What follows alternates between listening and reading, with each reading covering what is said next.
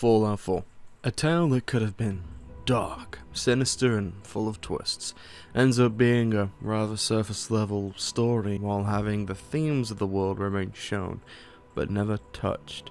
Tragedy, desperation, depression, humanity and the human condition and its soul. Fallout 4 had the potential to be a narrative leap over New Vegas, but ends up not only failing to surpass its predecessors, but also its own hubris. So today, let's go ahead and start a mini project I've been toying with. Welcome to Deep Dives, rewriting of Fallout 4. Now, the beginning should start off much and such the same, but I would give the sanctuary sequence a little more time. You could mow the lawn, chat with the neighbors, and even have a sequence where you're walking back from the local gas station and take note of the local park. You know, visions of being a parent. That way when you have the exchange with your significant other, it feels more alive and not just a sequence you're trying to get through to play the game. I want players to feel like they can enjoy the start of this game rather than it being an overbloated intro. With that being said, yes, you'd have the option at the beginning of a new character to skip this section entirely and wake up in the vault once you've already played through the game once. This would tie into my next plot point, the Sean plot point. Should you play through the beginning sequence and end up living the pre-war section, this will automatically mark your character as Pathway A. If you skip and wake up in the vault only to open Nora or Nate's cryopod and interact with the corpse, this will also mark you as Pathway A. However, if you skip this and just explore the vault without ever interacting with the corpse, you are marked as Pathway B. Oh my god! This introduces us to the first real choice for our character. What this means is a slight and simple deviation. Pathway A. Sean is your child and opens up the story to progress the same way. Pathway B. Sean is not your child and you get to explore an entirely new early game which will connect to the mid/late game you already know. Now why is it that I've enabled this to happen only after you've played through the game? Because the main story of Fallout 4 is family. It's a whole family story and I feel like taking away from that right from jump is contradictory to what I'm trying to do. I'm simply trying to improve the main story, but once you've done that, you do get the option to explore it in your own way with your own character. I feel it's important for the sole survivor to always be a pre-war dweller, so I'd never touch the beginning of the game where this comes in, but at the very least, this would also remove your initial ties to Sean. Like I said, allowing you, the player, to have more creative freedom over this character, something that would enable replay value. How does this, however, connect to Kellogg? How would it work?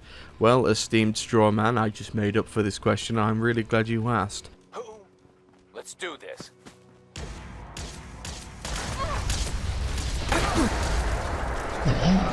The vault sequence, regardless of path you choose, would play out much and such the same.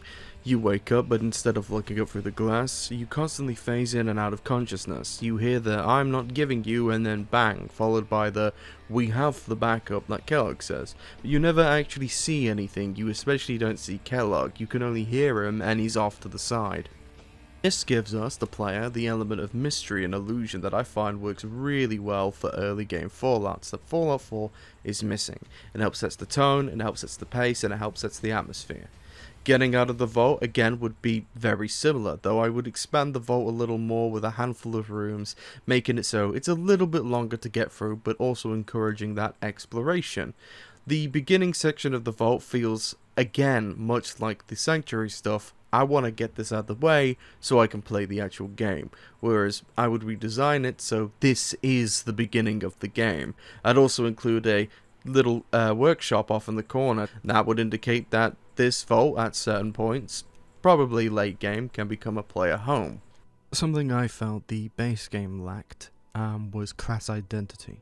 So upon exiting the vault, I would really like it if the player was prompted with the idea of a selection screen where they select a class like gunslinger, rifleman, technician, scientist, nerd, that sort of thing. And all that really does is handpick a couple of the different perks, getting them to level 1, in some cases level 2. Fallout 4 has this weird identity crisis where Nate is supposed to be a soldier, and yet your starting build never reflects that, because it wants you to start from zero, it wants you to expand as much as you can. But while this can be seen as a good thing, it is also a bad thing, because it always feels like you're at the same starting point. So, especially for new characters, this class selection would help set class identity, character identity, and reinforce that idea that this is a player-made character. Now, I don't want to overbloat the video, that's why it's going to be in multiple parts, I'm sorry, and I'm going to try and stick almost exclusively to the main quest line, because that's the focus of rewriting. However, there is one main character that ties back to the Soul Survivor's past life, and that's Codsworth. So what I would do there is, if you chose to be your own character instead of the Nate or Nora, you'd have a new set of dialogue options like, I don't know where I am, how would I know where Nate is, you clanker, sorry I don't know what's going on. And if you chose a class that has a perception or charisma boost, you'd unlock the following: sounds like someone came in and got to them but I don't know who, or I don't know where they are, but we'll find them together, okay? And that really just strikes through that your choices and your build will impact the game going forward. I'd also want to change how a lot of the enemies work in Fallout 4, because I feel like they're not very reflective of the character, of the world, of the lore, or of the story. They're kind of just plopped there. So I would reduce the super mutants you encounter from 3 to 1. So a third of the super mutants spawn, but they're way harder to kill, especially earlier levels.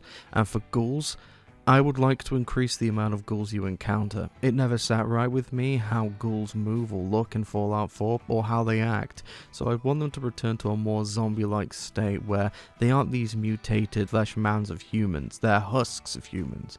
So where 1 or 2 of them aren't a problem, getting swarmed by them is a tough time.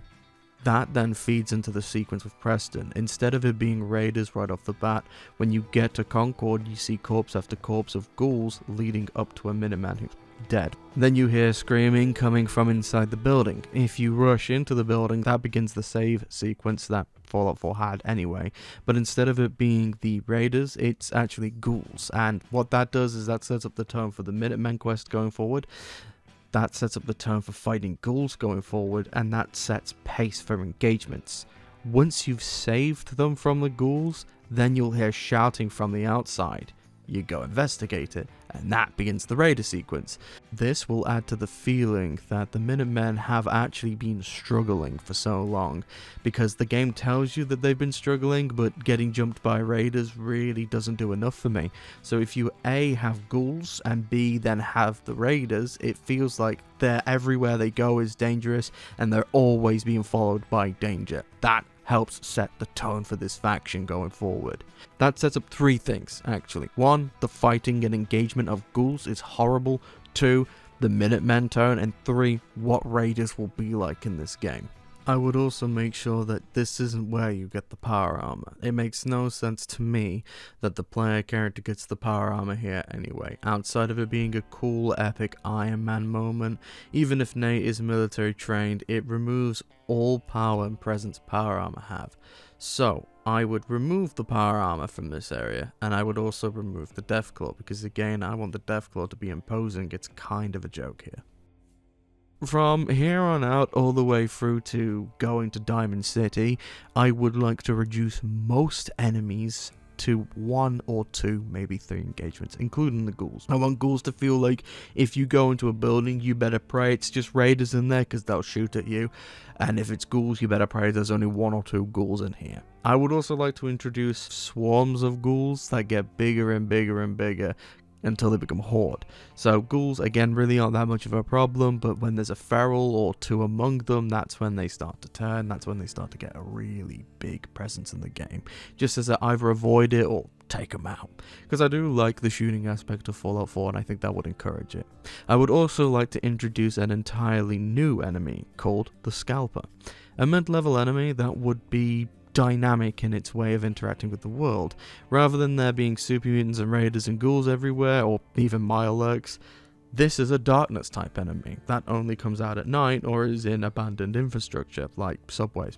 The scalper is the first of its type, nothing more than a scavenger type beast that adds a bleeding effect to you if you're not careful, but it's highly afraid of light.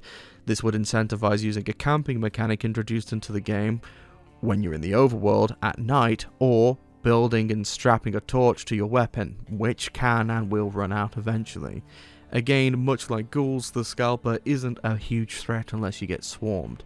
I'm a big believer in the rule of 3, so I'd make them fast but really easy to kill, like a shotgun would just take them out instantly. That way, if you get swarmed, it's on you, it's a mistake you made, once again setting the tone for fighting these things and also giving player agency on how they interact with these creatures. These would also make a great addition to the Brotherhood questline, which is where another massive change would come in from mine. Instead of it introducing the synths and introducing the Institute way too early, it introduces the scalpers. I actually think being stalked throughout the building by a handful of scalpers would be tonally way darker and way more fitting to the aspects of this game. In fact, I'd go as far as to say this is the quest that triggers their world spawn, so they're not in the game until you've done this quest. As you level up, they'd level up with you, so more would spawn, and a new type, the Scalper Brute, which is a lot slower but hits like a truck, and it isn't scared of your little flashlight. Even adding a mechanic that if you kill the Brute, the smaller ones will run away because they're scared, the big boy's gone. So when you get the item that you need to hand to Dance, he'll tell you that he's never encountered scalpers outside of the Commonwealth, and they must be unique to this region, that they're probably the reason for all the lost patrols the Brotherhood's been having, although he still firmly states he's suspicious of something called the Institute, even mentioning the courses. This is where the build-up for the courses begins too, because another issue I have with the Institute is introduced way too early, so its pacing is gone. The courses are introduced way too late, so their pacing is gone. I have an issue with a lot of the pacing decisions in Fallout 4, so I will be shifting things about.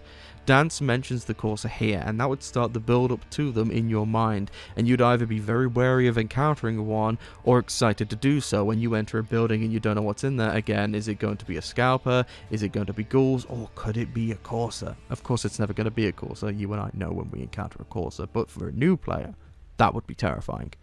I'd also expand Diamond City to an actual city with surrounding buildings that are, well, no longer vacant but connected to the stadium. They're also lived in, so there's bridges and walkways going to and from the surrounding area. That way the city actually feels alive. And then this is where we encounter Piper. And that's also where I'm going to end the video, because guess what, we're running out of time. So let me know what you think down below. Do you want me to continue this? Do you like the changes I've made? Would you play this game? And I'll see you in the next video. Ninethie out.